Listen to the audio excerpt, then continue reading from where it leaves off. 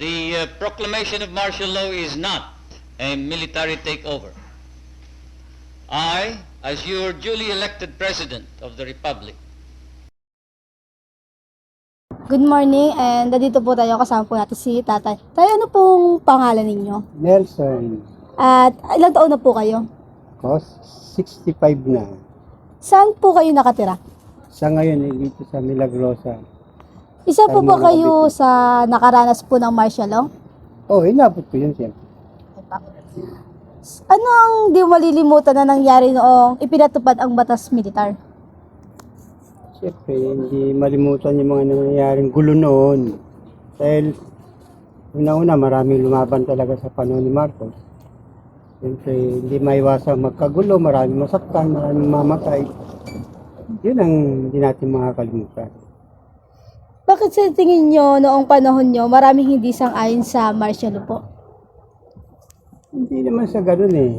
Nagkaroon lang dumami lang talaga ang tao dahil sa impluensya nga ng marami, kagaya ng simbahan. Nagkaroon sila ng impluensya na palabasin lahat ng tao ng panahon na yon. Saka siyempre, marami na rin galit kay Marcos dahil inisip nila mayaman na si Marcos, wala makapwestong iba. Kaya gusto nilang agawin yung pwesto, kumbaga. Nandiyan naman yun ba yun? Si Noynoy ba yun? O yung tatay niya? Yun, isa yun sa gustong umagaw sa pwesto. Kaya noon, nahati na ang tao. Okay po. Paano nyo po maihalintulad ang buhay nyo noong panahon ng martial law sa panahon ngayon? Panahon ng martial law, kasi noon, pinatupad talagang mahigpit na pamumuhay noon. Hindi ka pwede magloko.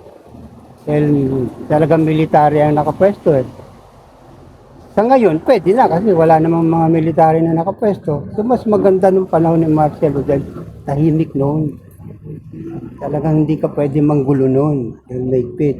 Ano pa ba yung mga isa sa mga ginagawa po nila kapag sumuway po kayo sa Abay, batas? siyempre, arestuhin ka, ikukulong ka, kakasuhan ka. Pag lumabang ka naman sa kanila, talagang huhuling ka. Pero pag di ka naman lumaban, hindi ka mahuhuliin. Ganun yun eh. Siyempre, kahit sino namang huli, gumawa ng masama dyan, huhuliin ka talaga kahit hindi martial law eh. Di lalo na nung panahon ng martial law, siyempre. Mas mahigpit mo eh. Ano ang mga naging epekto o paano naka-apekto ang martial law po sa pamumuhay nyo? Malaki rin, siyempre. Yung una-una, ang buhay nun eh, hindi ka sigurado. Kasi baka biglang magkagulo. Pero, sa kabutihan naman, tumahimik naman ang Pilipinas nun eh. Yun naman ang naging epekto ng tumahimik ang mga tao. Siyempre, yung iba natakot. Yung iba naman eh, lalo naman nag-alsa. Kaya, hindi rin maintindihan kung ano naging buhay nun eh, nung panahon ng martial law. Pero sa kabuuan, tahimik ang Pilipinas. Ay pa. Paano kayo nakasurvive tayo sa martial law po?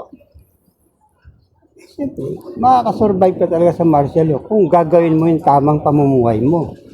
Diba, manahimik ka, mabuhay ka ng maayos. Huwag kang lumaban sa kung ano-ano mga pinatutupad ng gobyerno kasi kung hindi ka naman maapektuhan, hindi manahimik ka na lang. Yun lang naman, ganun lang. Pero kung talagang lalabang ka sa kanila, ay magugulo talaga buhay mo. Ganun lang kasimple ang buhay nun eh. Pero kung tahimik ka, tahimik din naman ang buhay mo. Hindi ka naman guguluhin ng mga yan eh. Hindi ka naman ikukulong. Parang ganun. Nakatulong po ba ang martial law sa inyo po? Sa akin, malaking naitulong ng martial law kasi magulo na rin ang Pilipinas yun eh, mga panahon na yun. Araw-araw yan, rally, bombahan dito, kung ano-ano na nangyayari. Hindi na maintindihan ko anong gagawin, lalo na pag-eleksyon, napakagulo. So, kaya binaba yung martial law. Tumahimik ang Pilipinas ng panahon na yun. Kaya nakabote rin. Sa tingin niyo po ba dapat ibalik ang martial law sa kasalukuyang panahon po? Paano nga, hindi pa. Kasi Bakit po? tahimik pa naman ang Pilipinas, walang manggulo ngayon. At saka ang tao ngayon, hindi na siya magulo. Di kagaya nun, talagang makikita mo, patayan din sa kalsada talaga. Pero ngayon hindi. Talagang ang tao na karoon din ng disiplina ng sarili. Mas magalo noon kaysa ngayon. Kaya hindi pa pwede ibalik ang martial law. Bakit po ba sila mga nagkakagulo or mga nagpapatayan po yung mga tao? Simple lang yan. Lumalaban sila sa gobyerno eh. May pinaglalaban silang gusto nila makamit. Gaya po na ano tay? Kaya May ng mga- kahirapan. Siguro yung mga pwesto, gusto silang maagaw, ganun. Gusto silang makilala. Ganun lang naman yung simple yung mga pinaglalaban nila dyan eh. Gusto nilang balik ka rin ng gobyerno. Ano yung mga aral po na nakuha niyo mula sa inyong karanasan noong panahon ni Marcos? Ganyan sa palagay ko. Kung ang pag-uusapan ng mga kabataan ngayon, kasi mga bata ngayon, agresibo eh. Pag tumawag ng ganito, punta ron. Pag tumawag ng rally, punta ron. Dapat iniisip nila, ano ba pinaglalaban natin? Yan ba'y para sa kabutihan ng lahat? Pag hindi, huwag kang sumama. Pero kung para sa kaibubuhay mo, para sa pamilya mo, lumabang ka. Sumama ka sa laban. Ano lang yun. Ay po, maraming pong salamat po, Tatay Nelson po. Nelson po. Maraming salamat po.